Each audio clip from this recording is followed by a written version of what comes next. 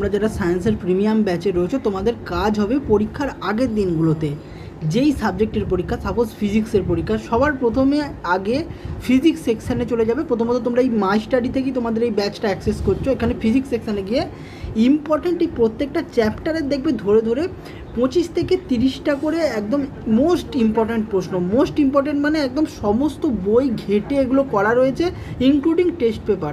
তাই এই প্রশ্নগুলো যাতে কোনোভাবেই বাদ না যায়।